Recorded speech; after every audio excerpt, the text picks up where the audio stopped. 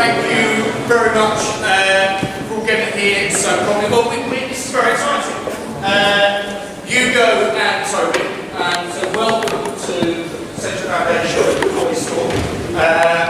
And what could be a more topical debate, if you can follow the news at all, about whether the United Kingdom should remain within the European Union or should leave. Now, so you're going to just have a quick chat about how we run. So welcome to the Foundation. Let's give our guests a round of applause.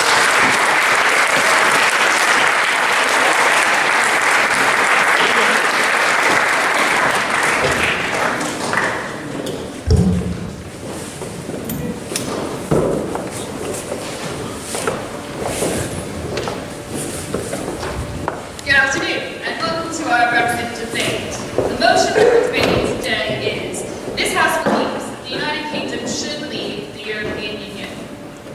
It's with great pleasure that we welcome our two guests, Hugo Dixon and Toby Young. Hugo Dixon is a journalist and entrepreneur. He worked at the Financial Times for more than a decade before founding Breaking Views, a global financial commentary business. He's currently the chairman and editor-in-chief of InFacts, a journalistic enterprise making fact-based cases for Britain to stay in the European Union. He's also writing a column on political economy for Reuters and the International New York Times. Mr. Dixon's most recent book, which I just got a copy of this afternoon, is called The In-Out Question: Why Britain Should Stay in the EU and Fight to Make It Better. He will be arguing against our motion today. Toby Young is a journalist and educationalist. He's the author of How to Lose Friends and Alienate People, and is the co-founder of several free schools. In addition to being an associate editor of The Spectator, he writes a regular blog for The Telegraph. Mr. Young will be arguing for the motion today. Present in our audience today, we have a number of students from Year 8 to the 6th form. And for 6th form students, this debate will help you broaden your knowledge of the Brexit issue, and perhaps something that you yourself will be voting in if and when a referendum takes place. We also have present our Central Foundation Voice School debate team. Hopefully for this, you will be taking away not only a topic of interest, but an example of how to construct an argument and communicate your ideas. Finally, we have a number of Year 8, 9, and 10 students who have taken a particular interest in politics. And I know that my Year 8 English class has recently talked about Aristotle's modes of persuasion and rhetoric. So tomorrow, I'll be asking you about whether or not our speakers today are using our sense of logos, ethos, or pathos. So choose. Right. Before we start the debate, we're going to have an initial vote, so this is just hands up. We will have another vote at the end of the debate to see whether or not anything has changed or anyone's views have changed. If at this moment you're not quite sure or you don't know which way you're leaning, I'd say leave your hand down. So for the first round, if you are in favour of the motion, this House believes that the United Kingdom should leave the European Union, could you raise your hand now? 1, 2, 7. Right, ready? 3, 2, 1, keep them up.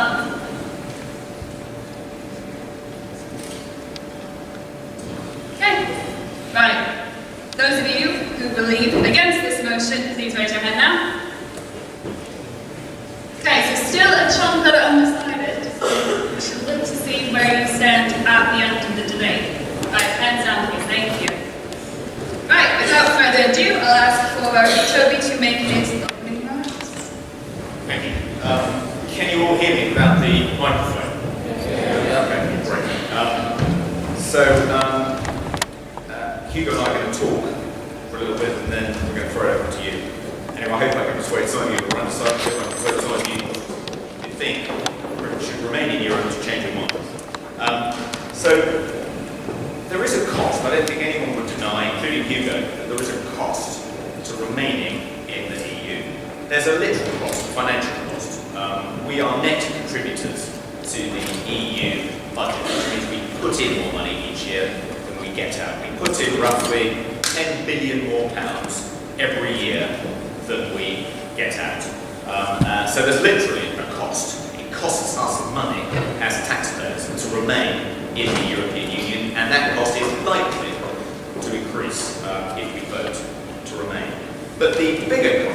is the democratic cost. I think the fact that the British people, as part of a country that's a member of the European Union, don't have control over various aspects of national policy creates a sense of alienation and disempowerment amongst the electorate.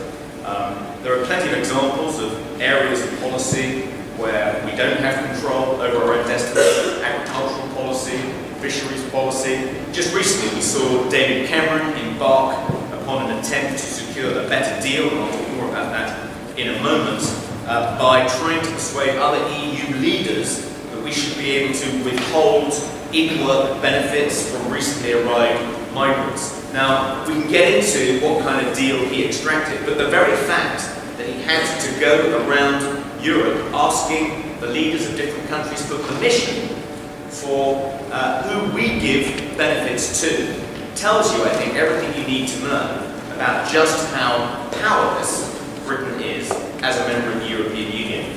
If we'd done what many of the people on Hugo's side of this debate wanted us to do about 15 years ago and joined the Euro, we'd have even less control over our own destiny. And you can see that in countries like Greece and Spain, where they effectively have had fiscal and economic policies dictated to them by Brussels, which has caused an enormous amount of resentment and political alienation. But nevertheless, Hugo, I think, will argue that, okay, there are some costs. There's a cost in terms of our sense of being able to control our own destinies and democratic participation, and there's a financial cost. But he'll argue that these are easily outweighed by the economic benefits of remaining in the EU and the security benefits. So I'll take just those two arguments in turn. The economic benefits, well, he'll argue that we benefit from being members of the single market, and there's no question that we do benefit from being in the single market, but we can remain in the single market even if we leave the EU. Switzerland, Norway, Iceland, they're all in the single market, and they have access to the single market and benefit economically from being able to trade freely with European countries. None of those countries, Switzerland, Norway, Iceland, all in the single market, none of them members of the European Union. He'll tell you that if we leave the European Union, the remaining countries of the EU will impose tariff barriers, making it more difficult to sell British goods in Europe. I don't think that's likely either. The value of the continent's imports into the UK is greater than our exports to the continent. If they tried to impose tariff barriers, we could retaliate. They would suffer more than us. So I don't think it's at all likely that the EU will erect trade barriers if we vote to leave either. What about the security benefits? Well, proponents of the European Union will tell you that the reason there hasn't been a major war in Europe since 1945 is because of the existence of the European Union. I'd suggest the European Union has had very little to do with maintaining peace in Europe since 1945. The reason war hasn't broken out in Europe is because of nuclear deterrence and mutually assured destruction, and because of the existence of the North Atlantic Treaty Alliance and the knowledge on the part of any potential European aggressors that America will defend any European countries that are invaded or attacked. That's what's kept peace in Europe, not the EU. Now, David Cameron, I think, acknowledges that the deal we get, the cost we pay, is higher than the benefit from being in the EU, which is why he set out to secure a better deal.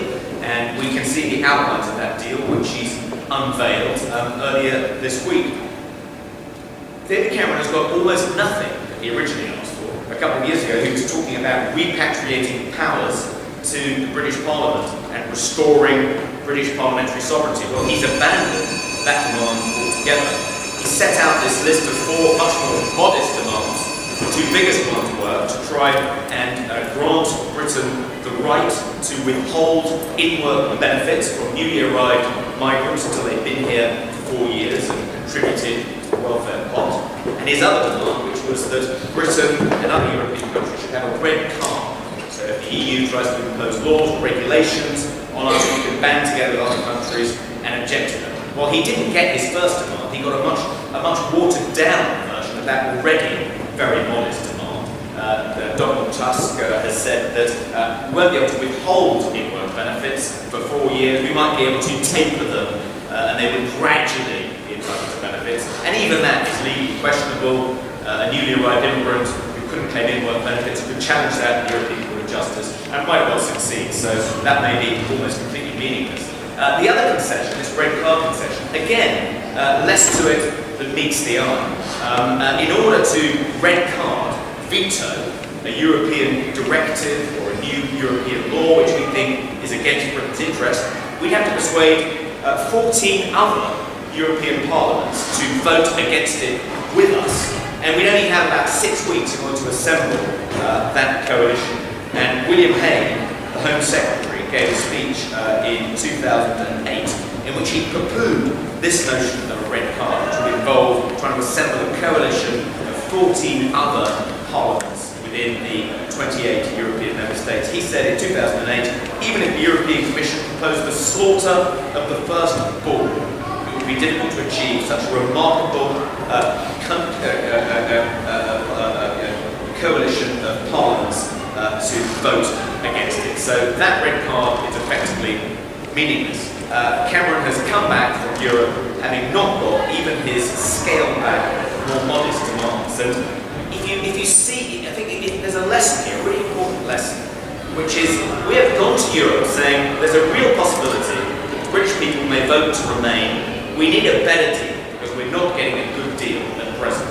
And they haven't given him a better deal. They've treated him with absolute contempt. And if European leaders in Brussels treat Britain's Prime Minister with this kind of contempt now, knowing that the repercussion could be that the British people will vote out, just think how scathing and contemptuous their treatment of Britain would be if we vote to remain. They'll then completely take our membership of the European Union for granted. And one of the things which is likely to happen almost immediately is that the European Union will impose larger quotas of refugees which Britain should take. Now, many people who make the case against remaining in Europe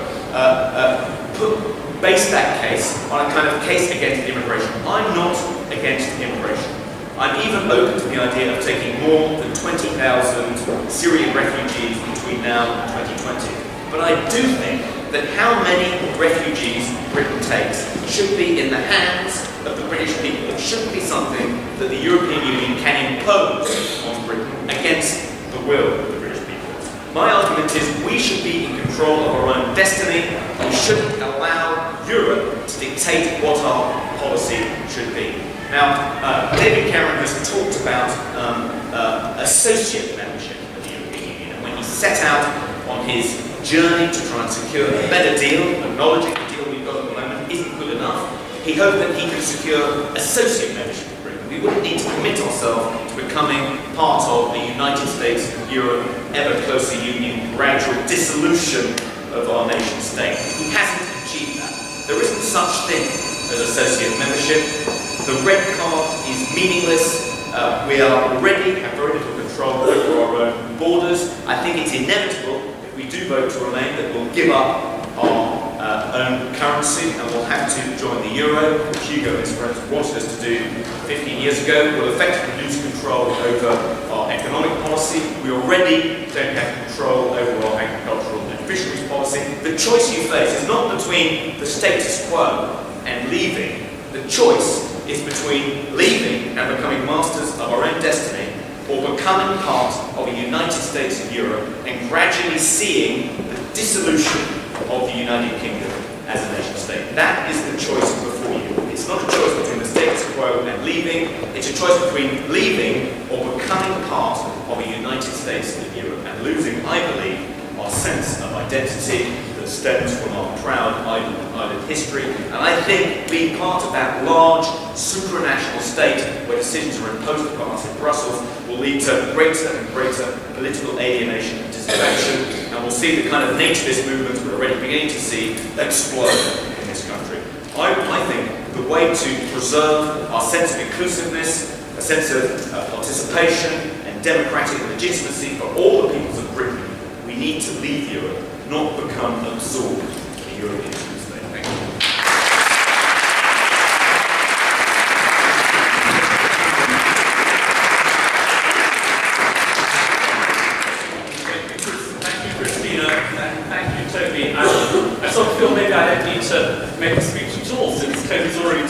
I'm going to say.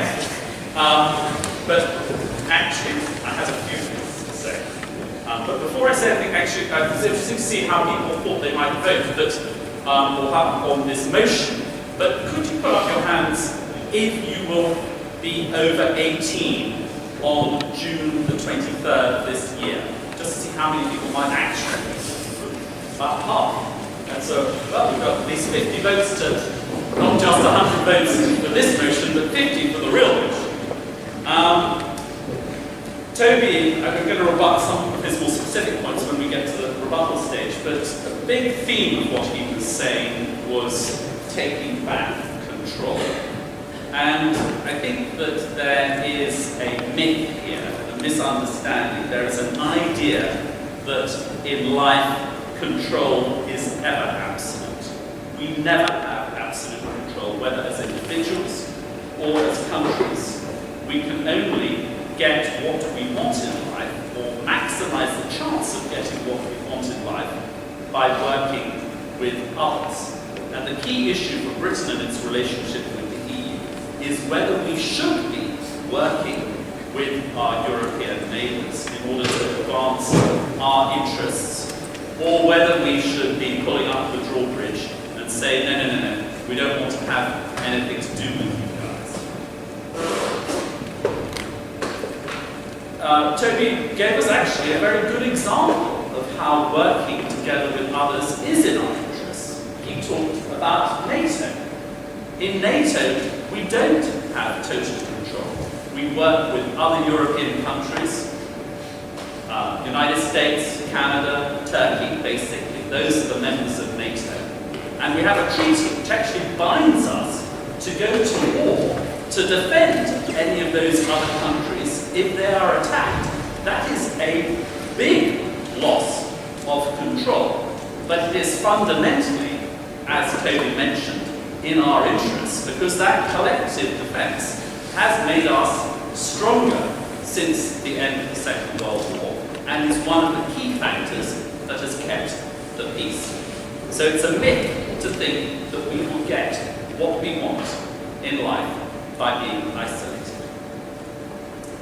There are four main reasons why we benefit from being in the EU. I call them free movement, prosperity, security, and Scotland. And all four of these would be compromised if we left. It doesn't mean to say that we become completely poor, we wouldn't have any movement, our security would be completely abandoned. But the risks would go up in each of these cases. If we talk about free movement, a lot of people on Toby's side, and I'm very happy to hear not Toby himself, are against free movement of people within the EU. They don't want more migrants coming to Britain from Poland or Italy or whatever. And it's just important to distinguish between free movement within the EU and migration from outside the EU, which has nothing to do with our membership of the EU. Britain actually benefits from this free movement. We benefit from the inflow, because what happens is that most of the people who come here are young, they're well educated, they're hard-working. We haven't had to pay for their education because they've been educated in Spain or Portugal or Greece or wherever. We don't have to pay, generally speaking, for them to be on the dole because their employment rate is higher than the native population. And generally speaking, we're not having to pay a lot for their health care because they're too young to be a big drain on the National Health Service. But it's not just that we benefit from the inflow, we also benefit from being able to roam freely across 28 countries ourselves, whether it is to get jobs or to retire. Or there are actually, for every 3 people from Britain, so let me put it the other way around, for every 4 people from the EU who are living in the UK, there are 3 from the UK who are living the other side of the English Channel. And this cultural exchange that we get between Britain and the rest of the EU is very beneficial. Think of what the EU has done to reduce the cost of air travel. Before the EU bust up these cartels, it was very expensive to travel. Now you have EasyJet and Ryanair. Before the EU started attacking the mobile phone monopolies, it was extremely expensive to make phone calls if you went on holiday to across the channel. Now those prices have come down. So that's the free movement. The second argument is prosperity. Toby said, oh well, the single market, this is a single market of 500 million people that we are part of. He said, oh well, of course that's important, but we'd have that anyway if we left. But, and then he mentioned Switzerland. Switzerland is not part of the single market.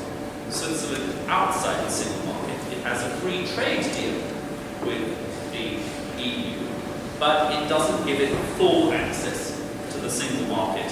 In particular, our most important industry, which is on the doorstep to your school, financial services, it's about 1/10 of the British economy, has, by being in the single market, it is able to access the entire EU financial services arena.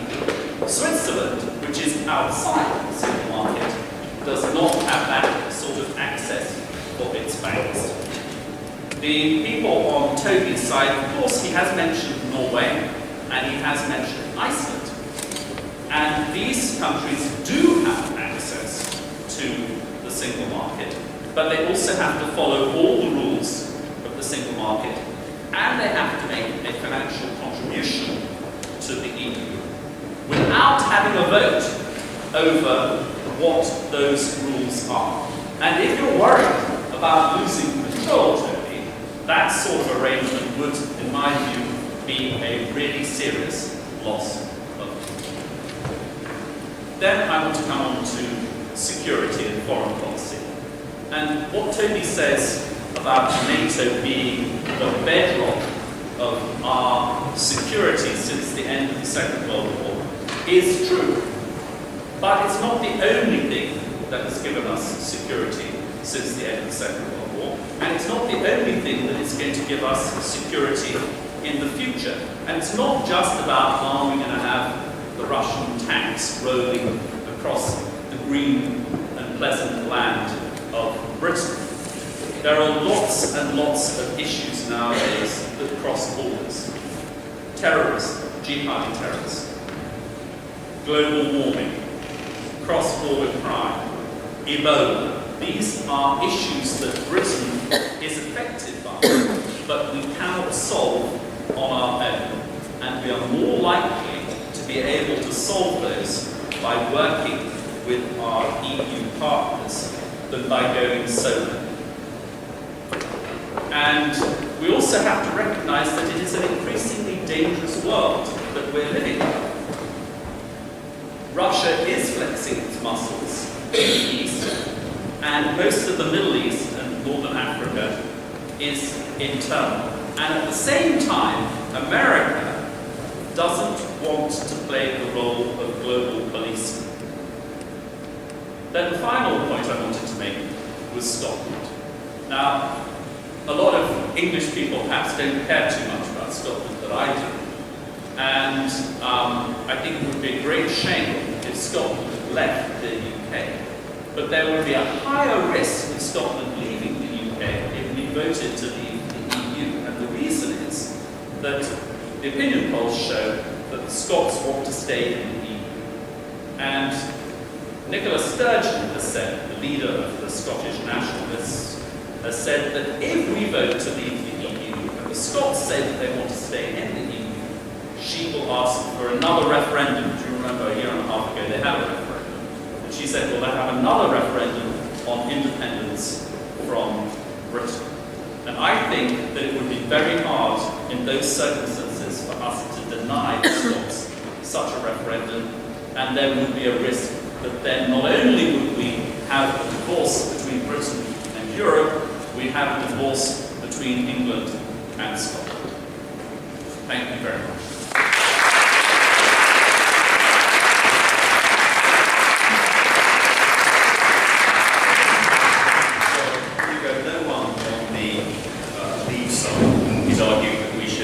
embark on the drawbridge and sail away from the European continent. Our argument is that we should have the relationship with Europe that we voted to have in the 1975 referendum, which is essentially a trading relationship, a free trade agreement with Europe, but not all the other stuff, all the baggage that has gradually accumulated since then.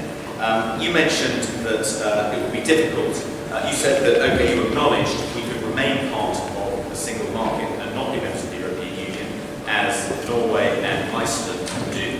But you argue that we wouldn't be able to negotiate such good terms as we have at present, whereby we only lose 10 billion a year to the EU. I think that's unlikely. I think we could actually get a better deal than Norway or Iceland have got, because Britain is the 5th largest economy in the world. We overtook France late last year. We were the 6th. We're now the 5th. We are the 2nd largest economy in Europe. We might well overtake Germany to become the largest economy in Europe. We'll be in a much stronger position to negotiate a better deal than Norway or Iceland have been able to negotiate. Not only that, but if we're not members of the European Union, we can be at the negotiating table when negotiating trade agreements with North America, for instance, with China. We won't be reliant on EU negotiators to negotiate those trading agreements, which we are at present. His argument that there's no such thing as absolute control means that we shouldn't worry about ceding more control to the European Union. I don't quite see how that stacks up. Okay, there isn't any such thing as a country having absolute control over its own destiny, but nevertheless, it's better to have more than less control. So the fact that we can't have absolute control is not an argument for giving up even more control to the European Union. I still think we ought to claw back some control and regain more control, even if we can't have absolute control. He mentioned freedom of movement, and I think that's probably the strongest part of his case. And I'm not, in fact, unequivocally in favour of freedom of movement. Of course, if people can secure jobs here, even if they have relatives here, they should be able to come and live here. But I am dubious about allowing anyone who is a citizen of a member state of the EU to just be able to walk into our country with no border checks whatsoever, particularly now that 1 million Syrian refugees have entered Germany last year, and when they acquire German citizenship, and the majority of them will, they'll be entirely free to come to this country. Hugo's argument is we benefit from migration, therefore we shouldn't have any control about who comes in and out of our country if they are citizens of an EU member state. Just because he thinks we benefit, and maybe we do benefit, doesn't mean that we should in perpetuity forever relinquish control over our borders. We should be able to make the decision, decide for ourselves how many people we admit to our country. You don't have to be anti-immigration to be anti-EU. You just have to be in favour of our being able to control our own borders, which Hugo isn't. Finally, the Scotland point. Actually, you could equally make the same point about England. Hugo's argument is, what if a majority of the citizens in the United Kingdom vote to leave, but a majority of Scots vote to remain? That'll cause a schism and will fuel even more Scottish nationalism. But what about the other scenario? What about if a majority of the people of the United Kingdom vote to remain, but a majority of the citizens of England vote to leave? I think that's a much more dangerous scenario. That could fuel English nationalism. That could actually help UKIP at the 2020 general election in the same way that the failure of the Scottish nationalists to secure independence for Scotland in 2014 resulted in a huge surge of support for the Scottish nationalists in the last general election. I think if a majority of English people vote to leave, but we are effectively forced to stay because a majority of the United Kingdom, including Scotland, vote to remain, that will ignite an English nationalist movement. It'll fuel even further the rise of UKIP, and it'll create a schism and endanger the Union, I think, to a far greater extent than the other scenario that Hugo's just described. I don't think there'll be another Scottish referendum. They had one quite recently, even if we all vote to leave and a majority of Scots vote to remain. I think it's much more likely, if the other scenario transpires, a majority vote to stay, but a majority of English people vote to leave, that will in time trigger an English referendum and is more likely to result in the dissolution of the Union. If you care about that, that's a reason to vote to leave, not to remain.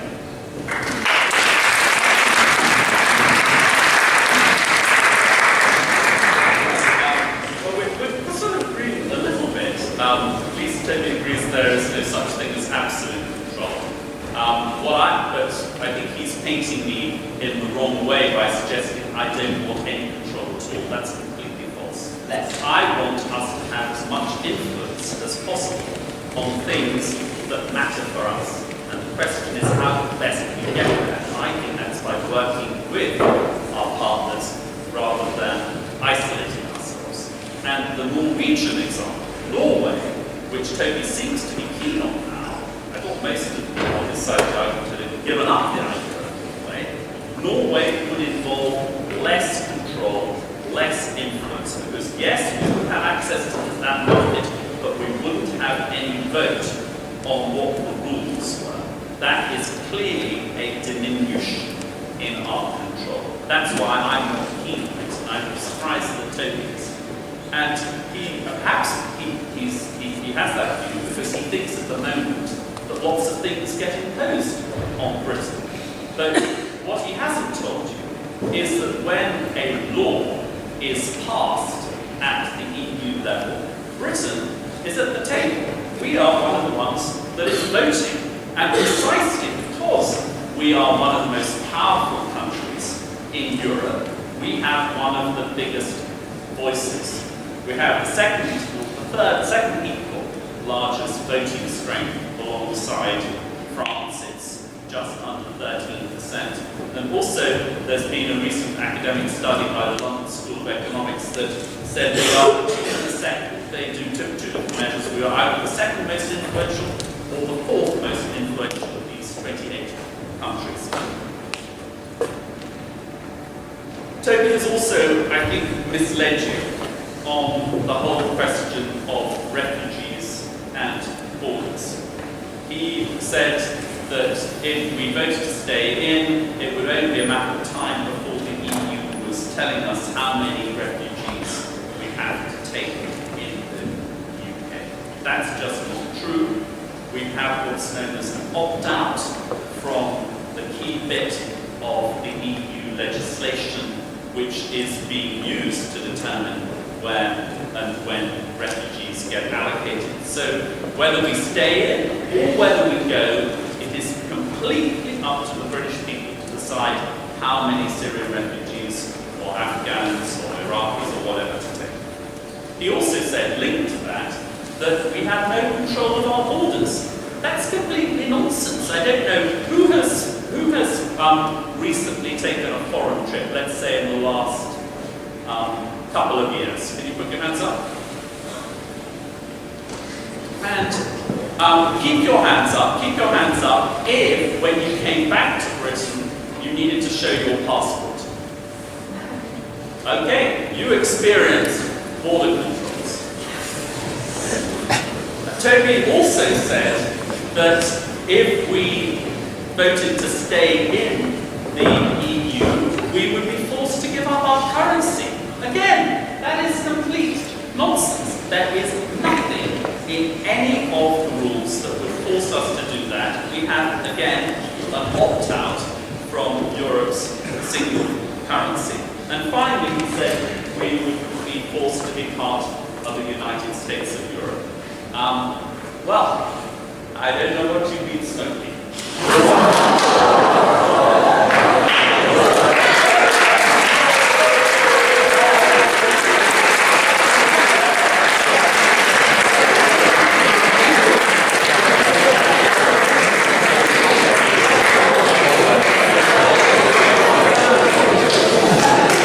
Thank you very much to Hugo Dixon and Toby Young. We're now going to take 3 questions for our speakers at a time. is there anyone who at the moment has a question for our guests? And may your hand up, please. Right, so we'll take 3 from here. You stand up and ask your question, please. If you want to say your name, Seven, we'll start with 9. Right. My name is Seven. I have a question for Toby. You spoke quite a lot about data gathering and about alienation. Now, I'd like to point out that only 24% of the electorate voted for the Conservative Party. That means the majority of 76% who do not agree with data gathering. Now, what is to say that that 76% majority doesn't feel less alienated by another group, such as the EU, who is able to potentially support them, as opposed to the government who may necessarily support them? Thank you, Seven. Can we have another question, please, from 6-1? Whoever hand up gets. My name is Adam. You talked about how the British economy was increasing really strong. I'm going to take Germany, but all of this has happened whilst we are in the EU. So that's what you think of the benefits of being in it. Okay, is there anyone that has a question for Hugo? Are they on? Yeah, Let's you take can the third question. Sure. Okay, so okay, go ahead. My name is Khan. I'm studying here on your stars in UK. So you're saying that the majority English people would vote out of the European Union, of saying the Scots were to keep European Union and within the European Union, that would fuel English nationalism and that would make people stronger. But I would assume that wouldn't be what you want because you are very much in favour of leaving the European Union and you seem to be against that. So we just clarify your stance on Someone says 7 to 21st. It may be that only 24% of those eligible to vote in the last general election voted Conservative. That's still more than anyone voted for any of the other parties individually. So less than 24% voted for Labour, much less voted for the Lib Dems. The way our system works, if you get a majority in the first pass of the system, you get to be the government. We had a referendum about changing our electoral system in 2011, and the vast majority of British people decided to stick with our present system.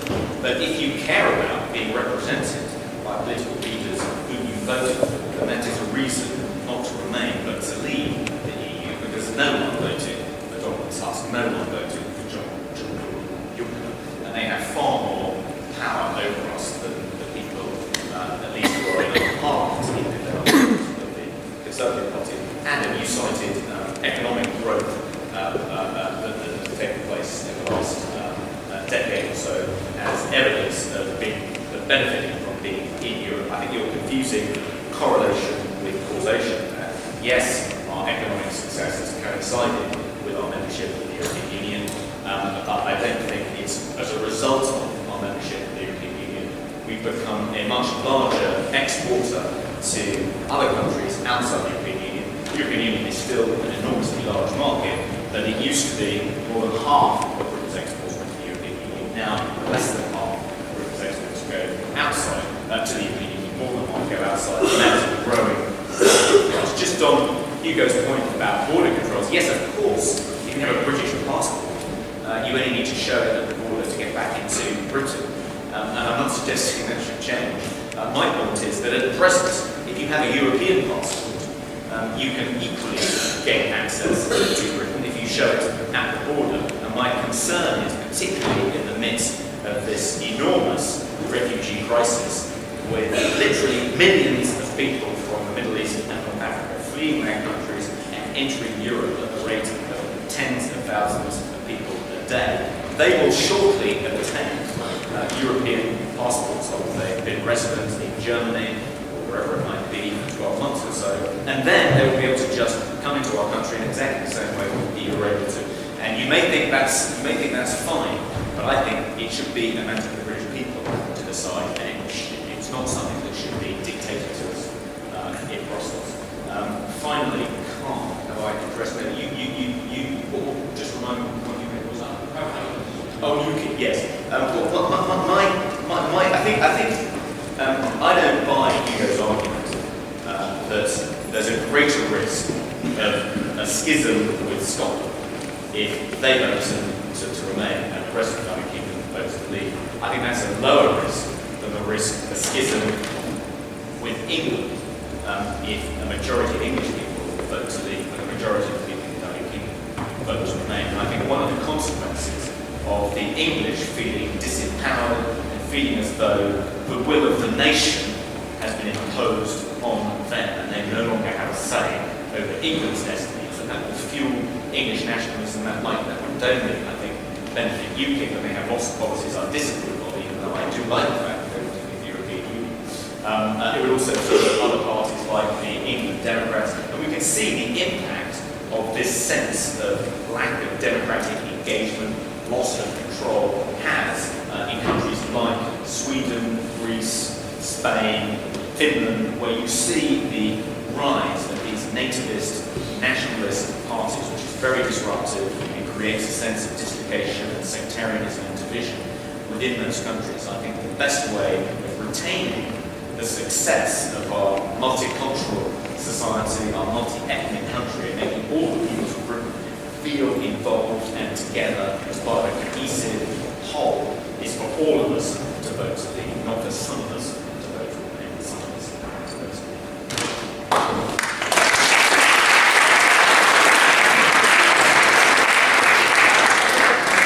Just a couple of quick points. Toby said that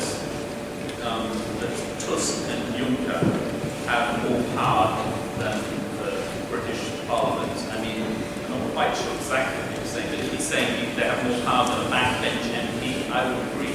If he's suggesting they have more power than our government, I think he's, again, on a different planet in terms of what. Just look at money. I mean, one of the ways that governments have power is through money. Toby's talked about £10 billion that goes to Brussels. That sounds like a lot of money. But when you take a think, how much does the British government spend every year? I think it's about £750 billion. So you put it in, it's a complete, it's not just one order of difference, but I think you say two orders of difference. Who's a mathematician in the audience? Anybody? Anyway, I believe that's two orders of difference. Second thing, I think just to say something about UKIP. I'm very close to UKIP. I think that they are small, they have a very narrow vision for the UK. They are anti-migrant, they are inward-looking rather than open and outward-looking. Toby talked about a schism. There is a schism within the camp, within Toby's camp. There are people like Toby who are basically open-minded, they're open to the world, and there are people like UKIP who are close-minded and close to the world. And my concern is that if we voted to leave the EU, I don't know which model we'd end up with, whether Toby would triumph or whether Nigel Farage would triumph. And I'm actually quite worried that his brand, Farage's brand of anti-European, would be the one that would prove the dominant one.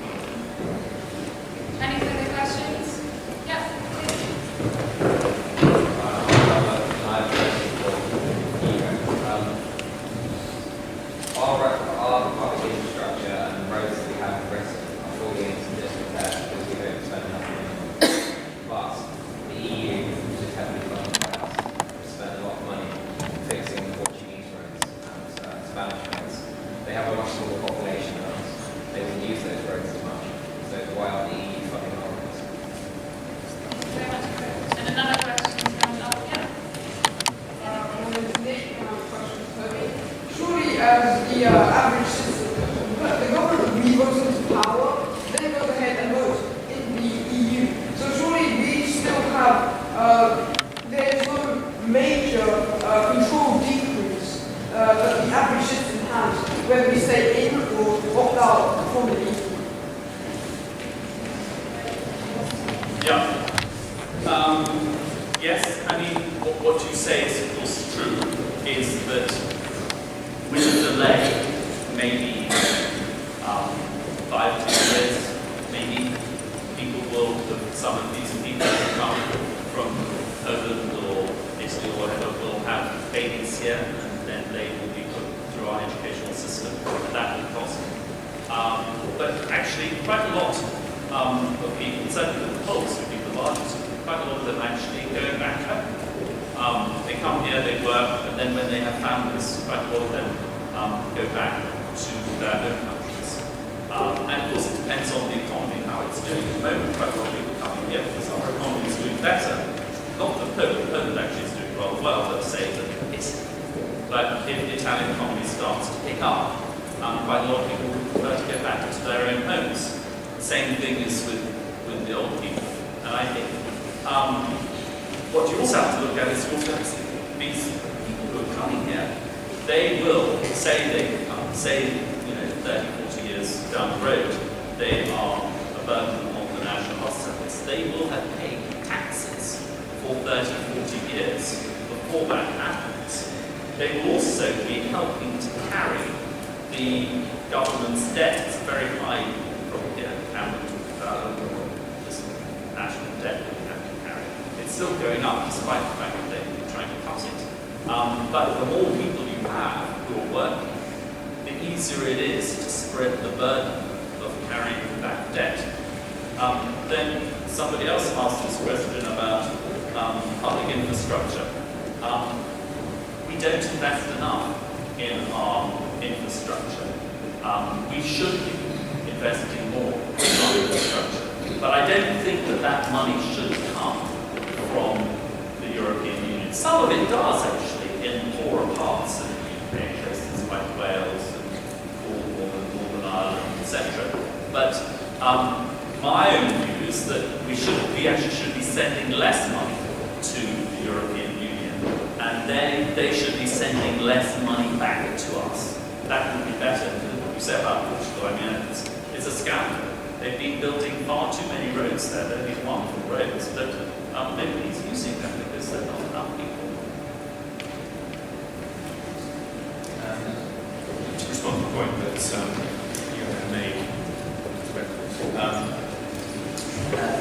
what do I mean by having less control if we remain in the EU than if we come out? Well, I'll give you an example. Yes, we elect our Prime Minister, and yes, he's one Prime Minister, he's one national leader amongst 28 national leaders when he's at the table, decisions are made, which in fact the whole of the EU. But just having one vote amongst 28 doesn't give us much power. And one of the things he was hoping to achieve in his renegotiation, which he's failed to achieve, was more protection for those EU member states, those 9 EU member states that aren't part of the Eurozone, or don't have the euro as their currency. Because there are obviously things that are going to be in the interests of the Eurozone member states, of which there are 19, which aren't in the interests of the 9 member states which are outside the Eurozone. Now David Cameron can bang the table as hard as he likes, and he can secure the support of 8 other national leaders to oppose something which isn't in the interests of those states with their own currencies that aren't part of the Eurozone. But nevertheless, he'll be outvoted.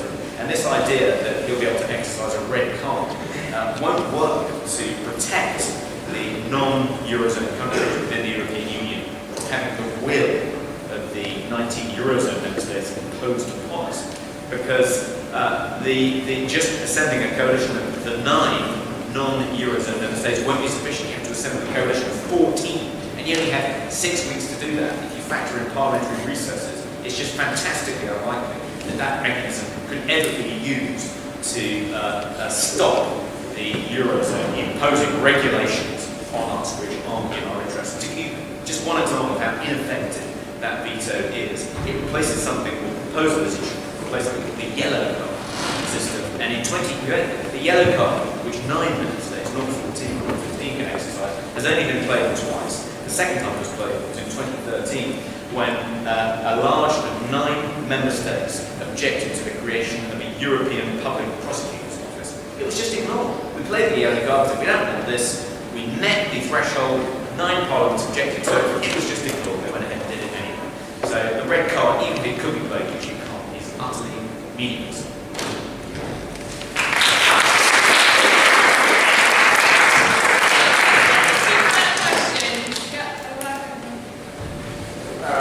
Toby, so if Britain is in fact one of the world's strongest global economies, then surely we should have a duty to give money into the EU and spend it all we get out to improve the lesser off countries such as Italy or Greece. Because we have these migrants coming in, and they're coming in because they want a sense of stability economically. And if we give it to the EU and they get that in their own country, maybe they can go home and that cycle can continue. I understand that the UK contribution to the EU, which works out about 1.5% of the total money we make annually. But you can also the trade deficit, so that means it more than we actually get in terms of labour, tech, raw materials. And so losing the severe trade labour tech services will cause more financial loss than the 10 million we talk about. Just to answer the first point, of course, as the fifth largest economy in the world, we have a moral obligation to help others. And in fact, we are the only EU member state which meets the target of giving 0.7% of our GDP to other countries in the form of foreign aid. We're the only member of the EU to do that. We've given more to Syrian refugee camps, certainly, than any other European country, over 2 billion. But it should be our decision as British taxpayers, as the people whom that money is taken from, as to who can give it. It should be a decision made for us by various technocrats in Brussels. I'm not saying we should give less, but we should be able to decide how much we give. It shouldn't be a decision we cede to the European Union. On the trade deficit point, I just don't find the value of let's say we leave the EU, the value of imports from the remaining 27 EU member states coming into the UK is greater than the value of British exports going to those 27 EU member states. So the terms of trade are effectively in our favour. That's why we'd be able to negotiate a better deal than Norway and Switzerland. Can I just come in? I think it's just, again, I think it's just worth putting this 10 billion figure in context. It's not 1.5%, maybe 1.5%, I'm not sure what it's 1.5% of, maybe 1.5% of something. It's not 1.5% of our GDP. It's more like 0.5, 0.6% of our GDP. That is less than the 0.7% of our GDP that Toby was talking about that we put into foreign aid. So our contribution to the EU is cheaper than what we are spending on foreign aid, just to put it in one context. The second thing is, Toby has mentioned now twice this idea that because we import more from the EU than we export to them, therefore they need us more than we need them. Well, firstly, actually, importing from them is something that is very good for us because we're importing things that we like to use, whether it's German dishwashers or French cheeses or whatever it might be.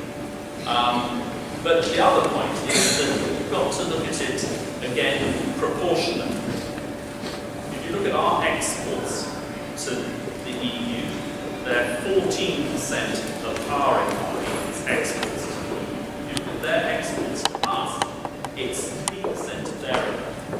Why is that the case? Because they're much bigger than us. Even if the flows are roughly the same, it's a percentage of their size, it's much smaller. Therefore, could they do without us? Without that 3%? It would be pretty harmful for them, but they could do without us. Could we do without the 14%? No. Therefore, if we got into a fight with them about trade after we left the EU, we would be in the weaker position, and we would probably have to blink first.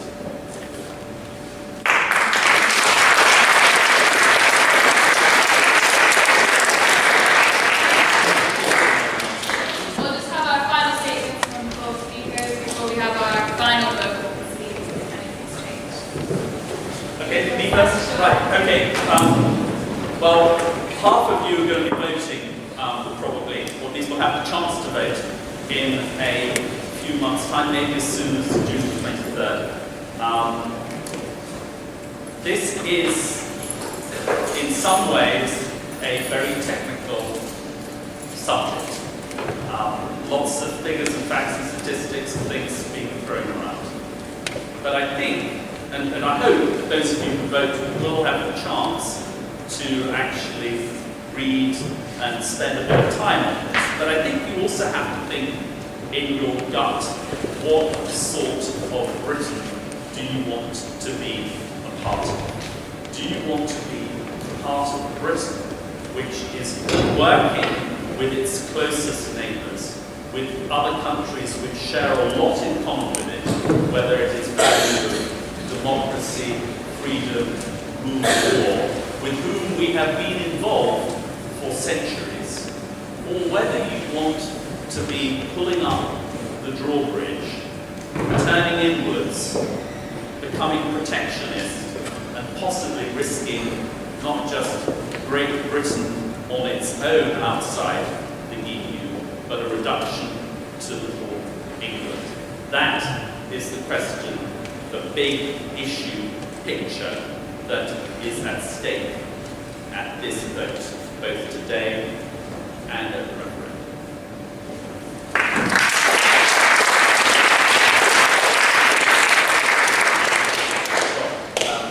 Those of you who will be able to vote, or maybe as soon as 12 weeks, face a very important choice. I think it's a more important vote than the vote we took at the last general election, or general election before that. This will have a much greater impact on our futures than merely which government is in Christmas. So it is an issue that we need to take very seriously.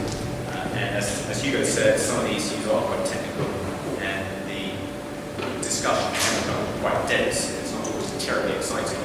But if you can try and follow them, I think you should. I think Hugo is wrong to characterise those of us who want to leave as Little England and wanting to pull up the drawbridge. Few people on my side want to leave Europe. We want to stay as part of Europe. We are part of Europe. We just want to leave the European Union, which is a totally different proposition. And I don't think that would lead to a more isolated country, leave the European Union, but become a broader part of the larger world. The economies of the European Union member states, with some exceptions, such as the UK, are in long-term decline. We are currently saddled to a declining supranational entity.